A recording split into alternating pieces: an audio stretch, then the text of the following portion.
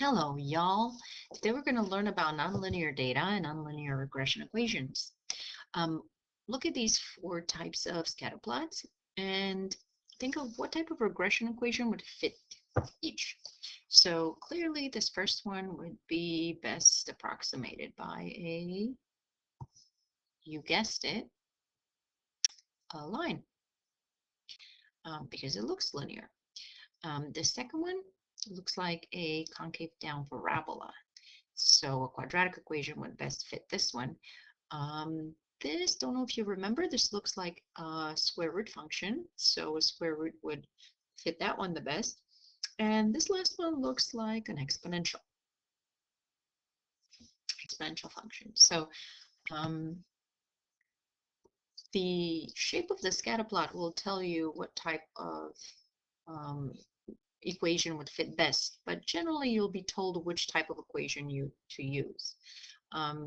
Just in case you don't, it does help to remember the shapes of the graphs. But if you don't, you could just go through all the regression equations in your calculator until you find the one that goes through as many points as possible. But again, 99% of the time, they'll tell you which one to use. So let's look at this practice one. Participants are being eliminated every 10 minutes from a gaming competition.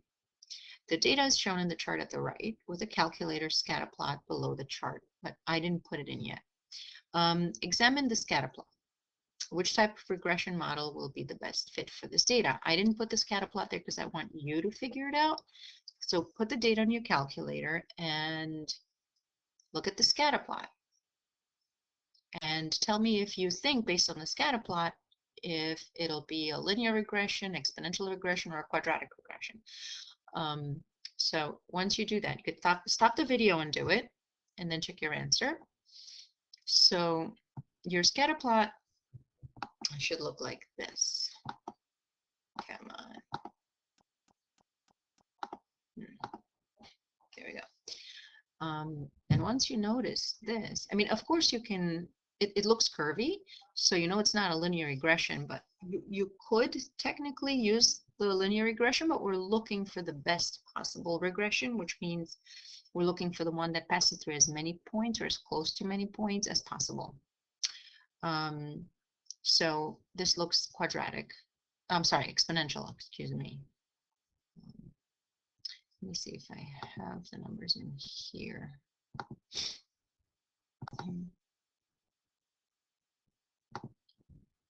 Oops.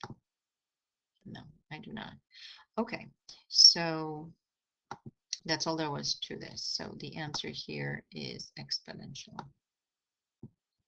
Oops, I left that as white. That was not good. Okay. Find the regression equation for it and round the coefficients to the nearest 1,000. Excuse me. So you notice that the graph goes through almost all the points, or really close to all the points. And here you have to round the coefficients to the nearest 1,000th. That means you have to leave 3 numbers after the decimal place. So your answer, even though this is what the calculator gives you, your answer would be that after you round off the all the coefficients. That's that. Okay, let's look at number 2.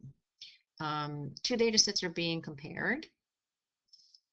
In the chart at the right, examine the scatter plot. I want you to make the scatter plot. So stop the video, put these numbers in your data, in your calculator, and see if you get the scatter plot I have here. Aha. And it looks like a parabola. So that's the equation. The equation looks kind of strange the way the calculator splits it up, but all that says is x squared, because 1 times x squared is x squared, minus 8x plus 18. Okay, so clearly this is quadratic. So that's that. And the regression equation is that. Now approximate b of a is 9. Now remember, when we do this, our a here, that's this one, that's our x. So this is our x and this is our y. So if a is 9, that means I'm letting x be 9 and I'm looking for b, which is y. So then it would look like this. So you'd get 27. So the parabola approximates the y value to 27. Okay, now here's a Regents question. So we have to do this carefully. Let's read it first. An application developer released a new app to be downloaded. The table below gives the number of downloads for the first 4 weeks after the launch of the app. So after the first week, 120 people downloaded. After the second week, 180 people downloaded, and so on. They're not asking you to draw a scatter plot, and like I said, like I told you before, they are telling you which kind of graph they want. So you don't have to guess based on the scatter plot. They're telling you already that they want an exponential equation. But out of curiosity, let's look at this scatter plot. There you go. Now also what they want is, so remember, they don't put part A and part B, unfortunately, in part C. By the way, this is a 4-part question, so you have to kind of keep in mind. Use this model to predict how many downloads the developer would expect in the 26th week if the trend continues. Okay, so the 26th week. Now, remember, here's your X. So weeks is your X and downloads is your Y. Okay, so your equation is that. So that's this part. So you could call this part A. I would imagine this is probably a point because the whole question is 4 points. This was actually June 2016, number 36, if I remember correctly. So for the 26th week, that means we're replacing X with 26. So we're getting 3,030,140 downloads. So remember, exponential growth is really quick. Now the question that they have for us next is, would it be reasonable to use the model to predict the number of downloads past 1 year? Okay, so that's the third thing that we have to do. Part B was this.